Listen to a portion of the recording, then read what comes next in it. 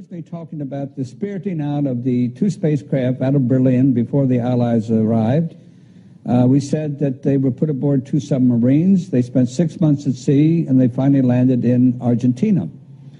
Now, from that point, they were taken into Antarctica, into a section of Antarctica called Queen's Maud's Land. And there they disappeared, and they were not heard of for some time. Now, intelligence sources, and of course I was in the intelligence business at that time with the agency, reports indicated that they were in there and they were operative once again. Now, there was a major concern by world powers to go in and capture the technology and the two spacecraft which they knew were in Antarctica. And the intelligence reports indicated that one known as Admiral Byrd was to be recommissioned, and he was to be sent in there to retrieve the two saucers and also the technology and personnel associated with it. But strangely enough, there is left in the world today an area as big as the United States that's never been seen by a human being. And that's beyond the pole on the other side of the South Pole from Middle America. An area as big as the United States that's never been seen by a human being. And that's beyond the pole on the other side of the South Pole from Middle America.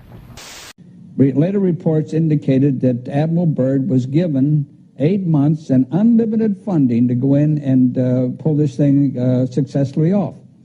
But we also know that within 8 weeks he was totally defeated.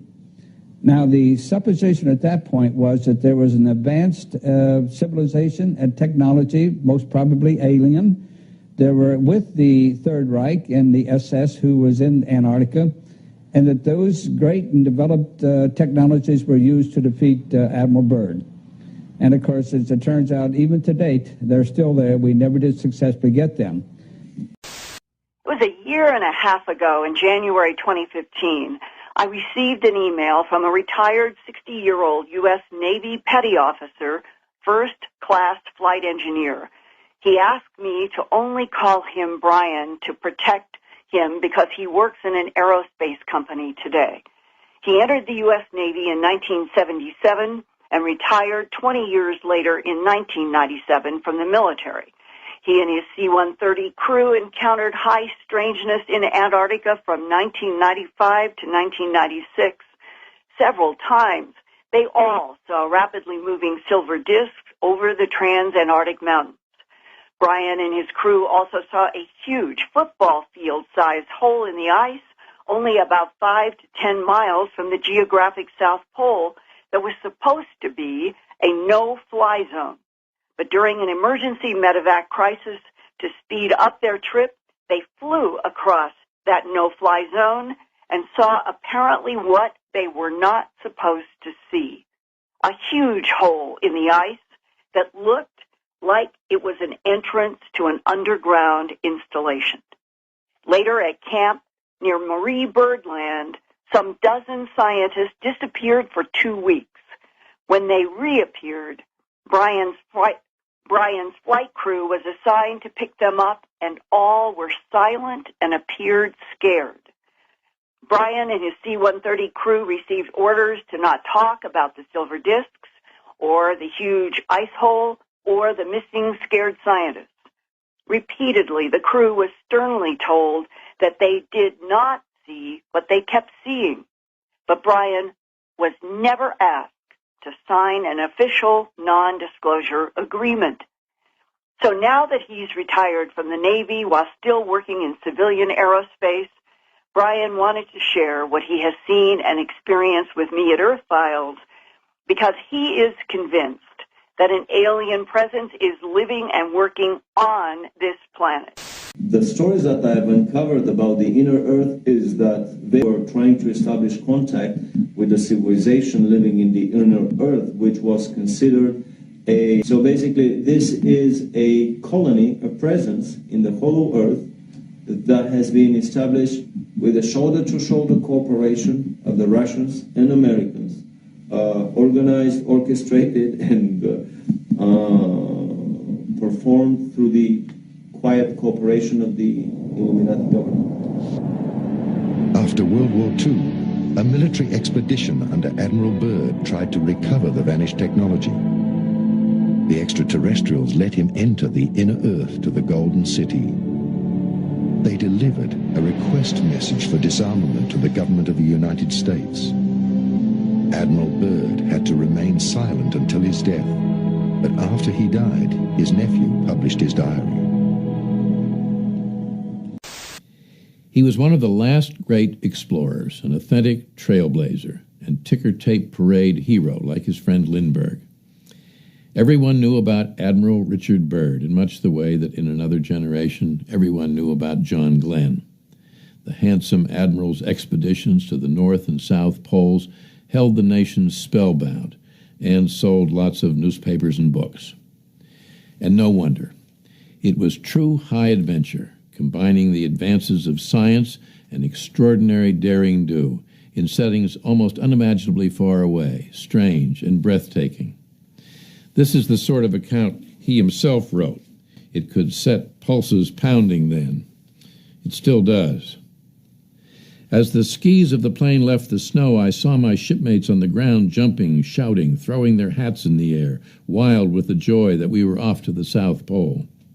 Snow-covered peaks 100 miles away glittered like fire in the sun's reflection. What we faced far surpassed the demands of a simple flight of 800 miles to the pole.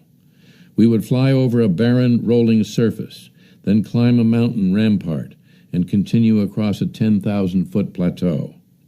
Before us, beyond the great mountains, lay uncertainty.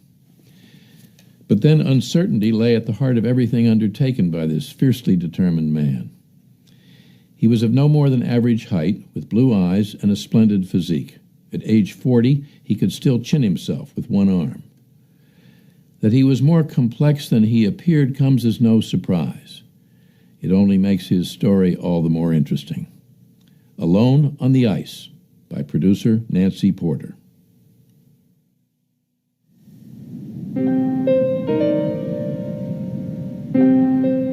June 1934. Explorer Richard Byrd lay dying at the bottom of the world. In his diary he wrote, "I see my whole life pass in review. I realize how I have failed to see that the simple, homely, unpretentious things of life are the most important."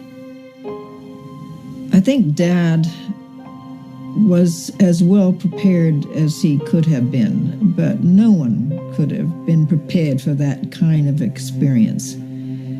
Being completely alone under the most difficult of circumstances. Huddled in a one-room hut, burrowed into the Antarctic ice, Byrd drifted in and out of delirium, but would not call for help. His whole persona had been of the person out on the cutting edge of adventure and the frontier who really didn't need any help. Dick Byrd did it alone. Dick Byrd was the great hero. Byrd was already a famous man. He had received 3 ticker-tape parades as the first to fly to the North and the South Pole, and as one of the first to fly non-stop across the Atlantic. But his greatest achievement would be opening up the vast, unknown continent of Antarctica to science and modern exploration. He dared great things, and people who dare great things have many sides to them. He wanted to contribute to history and science. He wanted to make money. He wanted to become a hero. And which one won out depended on the circumstance. The heroic image that Byrd created would not survive intact. Like all great men, he was driven to succeed, and at some point, bound to fail.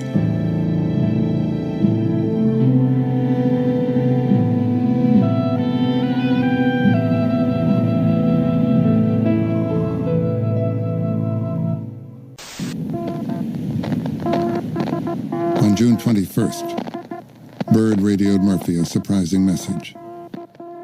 He said he wanted to come home 3 months ahead of schedule. Byrd then cut the contact short, saying that fumes from his stove made him feel a little rocky. He signed off as usual with cheerio. What Byrd didn't reveal was that he had been desperately ill. 3 weeks earlier, he had collapsed from carbon monoxide poisoning. He basically was poisoned for a prolonged period of time by fumes which he thought were coming from his stove, but in fact were coming from his generator. He went through a pretty terrible ordeal. Byrd became dizzy and confused. He couldn't keep food down, and racking pain made it almost impossible to sleep. He lay in the freezing cold, struggling between hope and despair. Hardest battle I have is to keep from taking an overdose of sleeping pills. Horrible to think of leaving Marie alone with the 4 children. Decision not to call for help based upon how they would want me to act. Fully expect to die.